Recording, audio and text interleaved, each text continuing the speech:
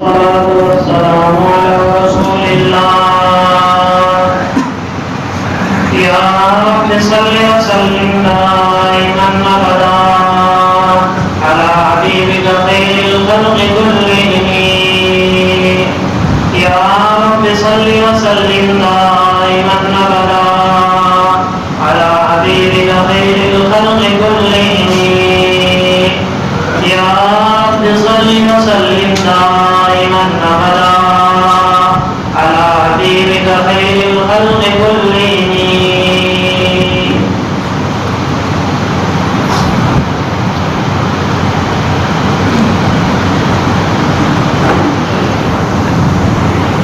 تین سے چار دن آپ کی والدہ بیوی آمنہ نے آپ کو دودھ پلایا، اور چونکہ گزشتہ کل یہ بات بتائی گئی تھی کہ عربوں کے یہاں یہ رواج تھا کہ مائیں اپنے بچوں کو دودھ کم پلاتی تھی، اس لیے فوراً 3-4 دن کے بعد ابو لہب کی باندھی سویبہ نے، جو بعد میں چل کر مسلمان ہوئی، اس نے کوئی دنوں تک اللہ کے نبی کو دودھ پلایا، اور پھر اس کے بعد اور روایتیں ہیں کہ کس نے پلایا کس نے پلایا. کوئی دن گزرنے کے بعد قبیلے بنو سعد، یہ عرب کا قبیلہ ہے جو فصاحت اور بلاغت میں بہت زیادہ مشہور ہے، جن کی زبان عربیت میں پورے عرب میں بولی جاتی ہے کہ اگر کسی کو اچھی عربی دیکھنا ہے تو وہ بنو سعد قبیلے میں جائے.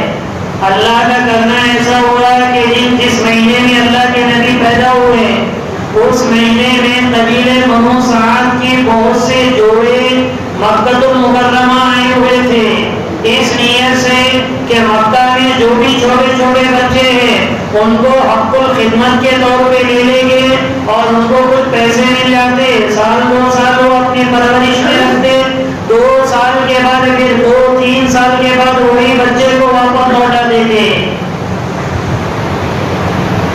بنو سعد کی بہت سی عورتیں اور بہت سے ان کے شوہر آئے ہوئے تھے. اللہ کے نبی کو جو بھی آ کر دیکھتا بعد یہ کہتے ارے یہ تو یتیم ہے. جب ہم 2-2.5 سال کے بعد جب ہم اس بچے کو واپس کریں گے تو اس کا باپ ہمیں کیا دے گا؟ باپ تو ہے نہیں، دادا کیا دے گا اور ماں کیا دے گی؟ کچھ عورتوں نے اللہ کے نبی کو دیکھ کر چلے گئے، اور پھر مکہ میں جتنے بچے تھے ہر ایک نے ایک بچہ لیا. اتنے میں دائی حلیمہ سعدیہ رضی اللہ تعالیٰ عنہ، جو گھر سے بہت کمزور تھی، اور اس کی علامت یہ تھی کہ آپ نے جو اونٹنی لے کر آئے تھے وہ اونٹنی بھی حد سے زیادہ دبلی پتلی. آپ کے گھر میں جتنی بکریاں تھی وہ ساری بکریاں گھاس نہ ملنے کی وجہ سے اس کے تھن اس کے پشت کو لگ گئے تھے.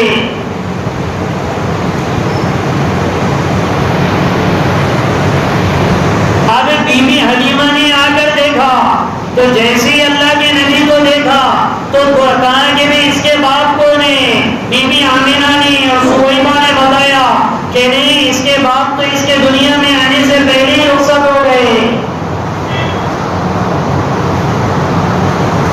اچھا، بی بی حلیمہ خود کمزور تھی. بی بی حلیمہ کے بھی 2 بچے تھے، حذیفہ اور عبداللہ، اور انیسہ ایک بیٹی تھی. تو وہ اپنے بچے کو بھی، اس کے چھاتی میں اتنا دودھ نہیں ہوتا کہ وہ اپنے بچے کو پلائے. تو مکہ کے بڑے بڑے شرفاء نے بیدائی حلیمہ کو یہ کہہ کر واپس کر دیا کہ خود کے بچے کو تو دودھ نہیں پلا سکتی، ہمارے بچے کو کیا دودھ پلائے گی؟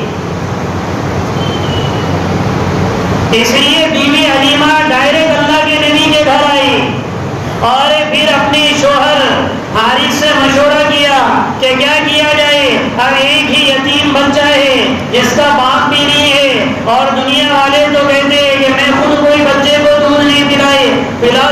کہ ان کی بات بھی صحیح ہے، اب آئے جیسا چلو وہ یتیم بچے کو ہی لے کر چلے جائے.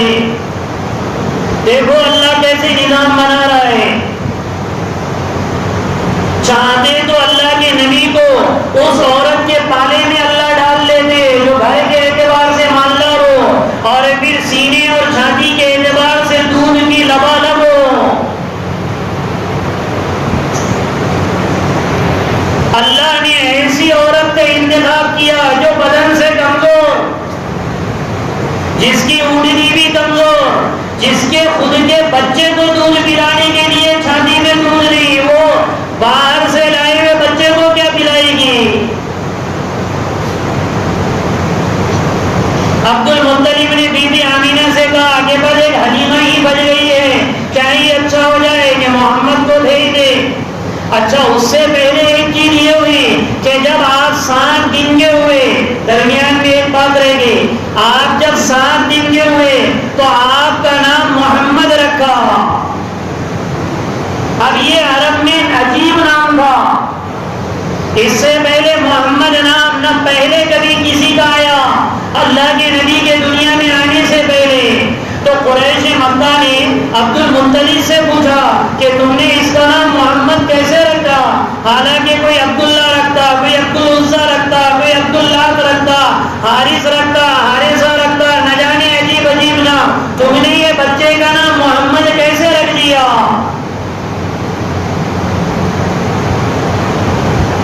تو عبد المطلب کہنے لگے اس بچے کے دنیا میں آنے سے پہلے میں نے خواب دیکھا. خواب یہ دیکھا کہ میری یہ پشت سے جہاں ریڑھ کی ہڈی ہے، جہاں مرد کا منی کا قطرہ بنتا ہے، تو یہ مرد کے ریڑھ کی ہڈی، عبد المطلب کہنے لگے میری ریڑھ کی ہڈی سے ایک زنجیر باہر نکلی اور وہ زنجیر ادھر مشرق میں چلے گئی، ادھر مغرب میں چلے گئی. آٹومیٹکلی وہ زنجیر درخت کی شاخ میں تبدیل ہو گئی، پھر اس کو پھل لگنا شروع ہوئے. دنیا میں بہت سارے انسان اس درخت کی ٹہنیوں سے پھل کھانے لگے، لیکن میرے خاندان، میرے قبیلے کے کچھ لوگ اس ٹہنیوں کو کاٹنے لگے. ہمیں اپنوں نے لوٹا، غیروں میں کہاں دم تھا. یہ بات یعنی خود دنیا میں جب گھر کو آگ لگ گئی، گھر کے چراغ سے، دل کے پھپولے جل اٹھے سینے کے داغ سے، گھر کو آگ لگ گئی گھر کے چراغ سے.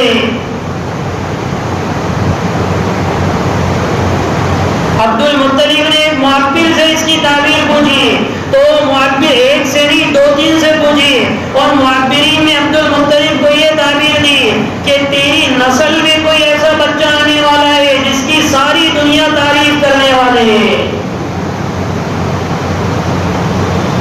ساری دنیا میں وہ قابل تعریف ہوگا. اور تمہارے ہی قبیلے قریش کے کچھ لوگ ہوں گے جو محمد کو ستانے پر اتریں گے. اس کو کہتے دل کے پھپولے جل اٹھے سینے کے داغ سے، گھر کو آگ لگ گئی گھر کے چراغ سے. دنیا میں جتنے فتنے مسلمانوں پر آ رہے یہ باہر سے نہیں آتے. مولانا یوسف صاحب رحمۃ اللہ علیہ بار بار کہتے تھے باطل کبھی بھی اسلام کی دیوار میں درار نہیں ڈال سکتا، ہاں چیر گئی بھی دیوار میں ہی باطل گھستا ہے. جس دیوار میں مسلمان درار کرتا ہے اس درار والی دیوار میں پھر باطل گھستا ہے.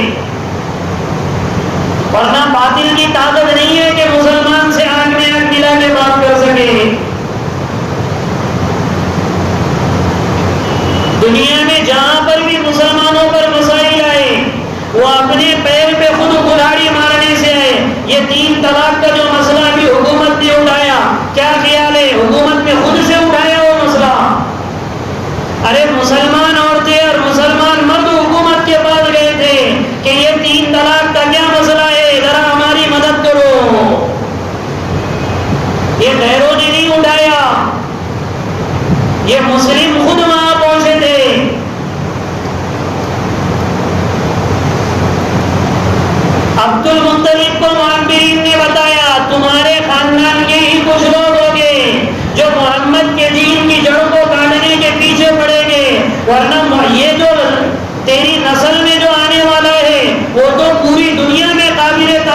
اور پوری دنیا میں اس سے لوگ نفع اٹھائیں گے. صرف جہاں پر وہ رہنے والا ہے وہاں کے کچھ لوگ ہوں گے جو اسے مکہ سے باہر نکال دیں گے. عبد المطلب سمجھ گئے کہ جو بیوی آمینہ کے پیٹ میں بچہ جنم لے رہا ہے وہی بچہ ایسا ہوگا جو ساری دنیا میں قابل تعریف ہوگا. اس لیے عبد المطلب نے ان کا نام محمد رکھا. محمد اس آدمی کو کہتے ہیں جس کی دنیا میں ہر جگہ تعریف کی جائے. اس لیے دنیا میں اللہ کے بعد اگر کسی کی تعریف ہوتی ہے تو سوائے محمد رسول اللہ کے کسی کی نہیں ہوتی. اللہ اور اللہ کے بعد اللہ کے نبی, اللہ کے بعد اللہ کے نبی. اس لیے بچہ لا الہ الا اللہ پڑھتا ہے وہ مسلمان ہو سکتا نہیں جب تک کہ محمد رسول اللہ نہ پڑھے.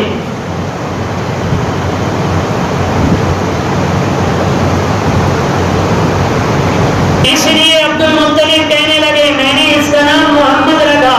اور بھی وہ کہتے تھے کہ بیوی آمینہ جب رات میں سوتی تھی اللہ کے نبی پیٹ میں تھے تو جب وہ رات میں سوتی تو کوئی کہنے والا کہتا آمینہ اس کا نام احمد رکھو یا محمد رکھو. کبھی کبھی بیوی آمینہ سوئی بھی رہتی تو کوئی سفید پوش دو آدمی آتے وہ فرشتے ہی ہوتے وہ آ کر ایک دوسرے سے کہتا کیا خیال ہے اس کے پیٹ میں جو بچہ پڑ رہا ہے اس کا کیا نام ہونا چاہیے. تو ایک کہتا احمد, دوسرا کہتا نہیں اس کا نام محمد ہونا چاہیے. تو کہتے چلو جو بھی احمد ہو یا محمد ہو. احمد کہتے زیادہ تعریف کرنے والے کو اور محمد کہتے جس کی زیادہ تعریف کی گئی ہو.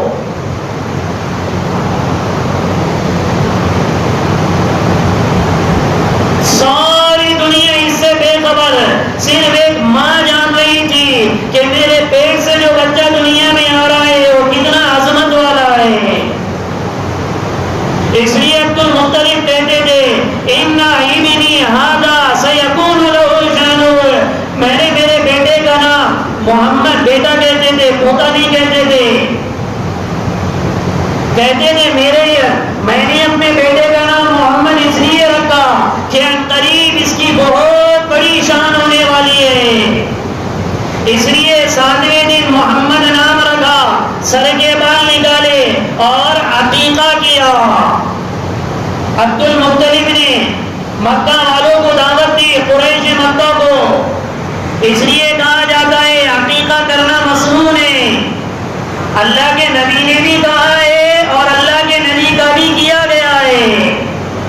ایک بات یاد رکھنا کہ اگر میں اور آپ سنت سے ہٹے گئے تو بدعت میں پڑ جائیں گے. اس لیے سنتوں کے معاملے میں آپ سے بھی میں ادباً گزارش کرتا ہوں, سنتوں کے معاملے میں سختی برتا کرو, سختی. اللہ کو یہ پسند ہے. اگر سنت سے ہٹیں گے تو بدعت میں پڑ جائیں گے. یہ چھلے کرنے والے کیا سمجھتے کہ یہ اجر کے مستحق ہوتے؟ یہ بدعت ہے اور یہ گناہ ملتا ہے. سنت اور بدعت کا یہ ایسا مدار ہے, سنت سے ہٹے بدعت میں چلے گئے. کتنے ایسے لوگ. اس لیے کہا جاتا اور یاد رکھنا بچوں کی تربیت میں سنت کو زیادہ دخل ہے.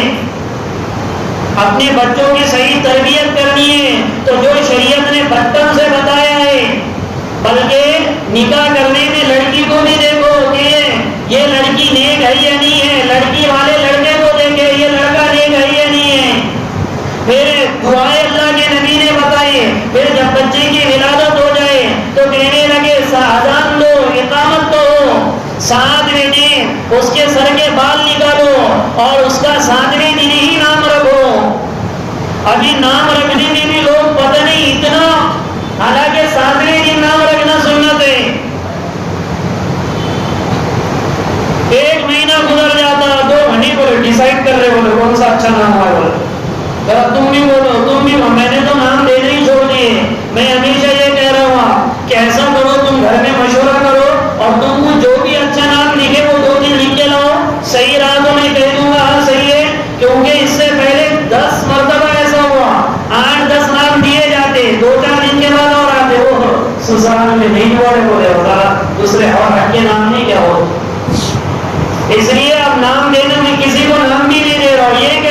کہ اپنے گھر میں طے کرو، اگر وہ اچھا ہے تو میں ہاں کہہ دوں گا، خراب ہے تو میں کہہ دوں گا، اور دوسرے کے بارے میں مشورہ کرو۔ اس لیے 7ویں دن پہلے ہی نام سوچ لینا چاہیے، اس لیے 7ویں دن نام رکھ دے اور 7ویں دن عقیقہ کرے۔ 7ویں دن اگر عقیقہ نہیں کر سکتے تو 14ویں دن کرے، 14ویں دن نہیں کر سکتے تو 21ویں دن کرے۔ اس کے بعد عقیقے کا وقت ختم ہو جاتا ہے۔ جائز تو ہے، سنت نہیں ہے۔ سمجھ میں آ رہی نا بات؟ کیا ہے؟ جائز تو ہے لیکن سنت نہیں ہے۔ اشکی میں ایک نکاح ہو رہا تھا، ہماری جماعت چل رہی تھی، تو نکاح ہونے سے ایک دن پہلے ملاقات کے لیے آئے اور آ کر کہنے لگے کہ ہماری یہ تمنا ہے اور ارادہ ہے کہ دلہن کے اوپر کوئی مصیبت اور بلا نہ آئے کیونکہ اس کا عقیقہ نہیں ہوا، تو ہم یہ چاہ رہے ہیں کہ جس دن اس کی شادی ہے اس دن ایک دن پہلے اس کا عقیقہ کر دیں۔ رات کا نہیں کھانا رہتا ہے، وہ رات کے کھانے میں دلہن کا عقیقہ کر رہے ہیں۔ تو بوڑھے ہونے کے بعد بھی عقیقہ کریں گے تو اجر نہیں ملے گا، جائز ہے، اجر نہیں ملے گا۔ اجر تو 7ویں دن پر ہی ہے کہ تمہارے بچوں سے آسمانی سلطانی بلائے کو اللہ محفوظ رکھیں گے، اس کے اوپر شیطان کا سایہ اللہ کمزور کر دیں گے۔ یہ 7ویں دن کی ہی فضیلت پر ہے۔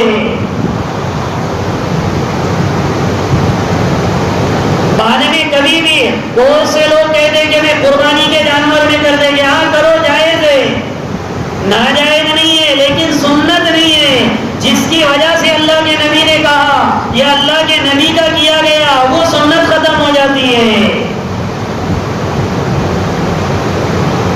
اس لیے یہ گزارش، میری گزارش یہ کہ سنت کے معاملے میں اپنے گھر میں بھی آپ سختی برتو۔ ہاں، سنت عمل کے لیے ہے، جہاں پر سہولت، وہ ایسا کہیں گے نہیں چلو جنتوں میں دیکھیں گے نا، جب یہ چیز آ جائے گی نا سنت مٹنا شروع ہو جائے گی۔ غالباً میں نے اس سے پہلے بھی آپ کو یہ بات بتائی، مولانا سعد صاحب گاندھلوی جو ابھی اس وقت ہمارے پورے عالم کے امیر ہیں، ایک مرتبہ اردن میں ان کے ریڑھ کی ہڈی کا آپریشن ہوا، تو دواخانے میں جانے کے لیے گاڑی دیر سے آئی، تو انہوں نے اوپر سے عمارت میں سے جان کر دیکھا تو وہاں گدھا چل رہا تھا، گدھا، ایک آدمی گدھے کو چلا رہا تھا۔ تو مولانا نیچے اترے اور نیچے اتر کر اس سے کہا کہ بھائی مجھے خدا جگہ دواخانہ، جبکہ ان کے لیے گاڑیوں کی لائن لگ جاتی، لیکن دیکھو اللہ کی طرف سے کوئی آیا نہیں اس وقت اور پہنچنا تھا دواخانے میں۔ مولانا فرمانے لگے کہ میں نے اس سے کچھ پیسے دیے اور میں نے کہا کہ بھی تیرے گدھے پہ میں سوار ہوتا ہوں، مجھے دواخانہ پہنچا دے۔ وہ گدھے پر سوار ہوئے اور جب دواخانے پہنچے تو پورے دواخانے میں ایک ایسا ہو گیا جیسا بم پھٹ گیا۔ ارے مولانا گدھے پر آئے، مولانا گدھے پر آئے، پورے ایک دم پورا دواخانہ لوگوں نے سر پر اٹھا لیا۔ مولانا کہنے لگے کہ میں نے پورے اسٹاف کو جمع کیا، پورے اربوں کو جمع کیا، پورے مریضوں کو جمع کیا اور ان سے یہ بتایا کہ گدھے پہ سواری کرنا اللہ کے نبی کی عین سنت ہے، گاڑی میں سواری کرنا عکس سنت ہے۔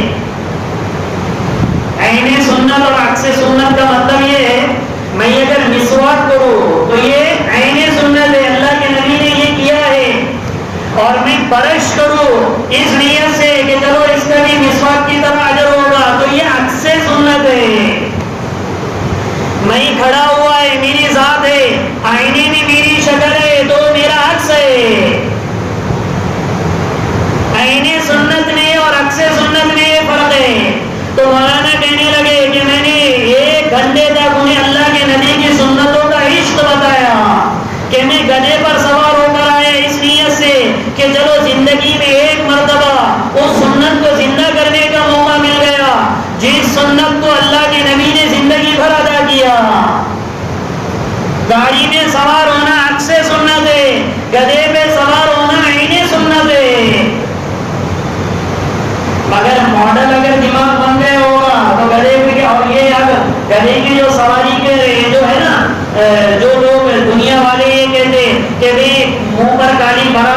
اور گدھے پر سواری کر کے ساری دنیا میں اس کو پھراؤ.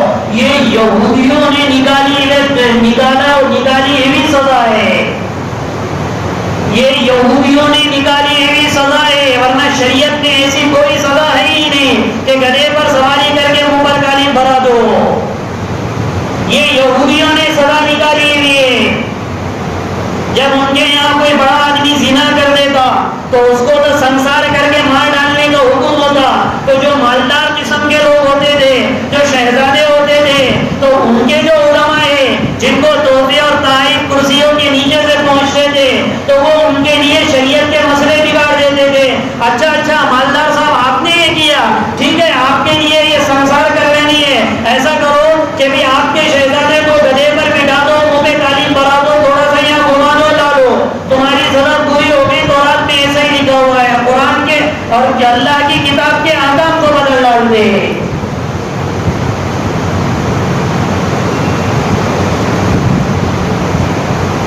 تو سنت اگر سنت سے ہٹے گے.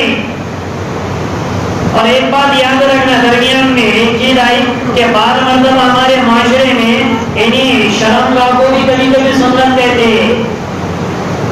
تو یہ بھی برا ہے. یہ شیعہ کی طرف سے آیا ہوا لفظ ہے. یہ شیعہ نے اللہ کے نبی کی ایک ایک ادا پر عمل کرنے کے لیے، چونکہ اللہ کے وہ شیعہ حضرت علی کو کہتے ہیں نا یہ نبی ہے. وہ کیا کہتے ہیں، حضرت جبرائیل سے تھوڑی سی غلطی ہو گئی، وہ علی کے پاس جانے کا تو حضور کے پاس پہنچ گئے ہو رہے ہو. اب علی وہ ٹائم میں 10 سال کے تھے، ان کو آگے نہ بولتے تھے کیا. وہ کہتے تھوڑی سی غلطی ہو گئی، ان کے پاس جانے کا تو علی کے پاس آ گئے، یہ اس طرح کہتے. تو یہ یاد رکھنا، اگر مسلمانوں میں سے سنت ہٹنا شروع ہو گئی، آٹومیٹکلی بدعت جنم لے گی. اور خصوصاً جو یہ دیندار طبقہ شمار ہوتا ہے وہ تو اس کا خوب اہتمام کرے. عموماً بدعتیں گھر کی مستورات سے جنم لیتی ہے. ہم دیکھو گھر میں تو ارے بھائی سات والی نے عقیدہ کرنا ہے، ایسا کیسا عقیدہ کر رہے، اب یہ گھر میں ایسا ہے، وہ ایسا ہے، وہ ادھر ہے. ارے عقیدہ کرنے کے لیے کیا سب کو بلانا ضروری تھوڑی ہے. کوئی بچے کے نام پہ لڑکا ہے، مساعد اللہ نے دیے 2 بکرے، اگر نہیں ہے لڑکی ہے تو 1 بکرا اس کو ذبح کر لو. اللہ کے نبی کا عقیدہ کیا. اور ایک بات یاد رکھو، اگر آپ عقیدہ کرنا چاہیں نا، پورے بھیڑ ضلع کو بھی دعوت دے سکتے ہیں، اور چلا کریں گے ایک کو بھی دعوت دیں گے تو گناہ ملے گا. اور عقیدے میں پورے ضلع کو بھی دعوت دیں گے تو اجر ملے گا. چلے میں ایک کو بھی دعوت دیں گے تو گناہ ملے گا. ارے صحیح کہہ رہا ہوں میں، تو آپ بہت سارے لوگ میرے منہ کو ایسا دیکھ رہے ہیں جیسا میں غلط کہہ رہا ہوں. یہ بار بار اسے یہ کہہ رہا کہ ہمارے معاشرے میں یہ سنتیں ختم ہو گئی ہیں. تو آپ کا نام محمد رکھا گیا، آپ کا عقیدہ کیا گیا، آپ کے سر کے بال نکالے گئے، اور پھر اس کے بعد جب عمر کچھ ایام گزر گئے تو پھر دائی حلیمہ آئی، اور پھر دائی حلیمہ کو جناب عبد المطلب نے اور بیوی آمینہ نے اللہ کے نبی کو سپرد کر دیا. بسم اللہ الرحمن الرحیم. اللہم لک الحمد کلہ لک الشکر کلہ لک الثناء کلہ ولک الملک کلہ ولک الحمد کلہ الیک یرجع الامر کلہ بیدک الخیر کلہ انک علی کل شیء قدیر. اللہم صل علی روح سیدنا محمد صلی اللہ علیہ وسلم بالارواح وصل علی جسد سیدنا محمد صلی اللہ علیہ وسلم بالاجساد وصل علی قبر سیدنا محمد صلی اللہ علیہ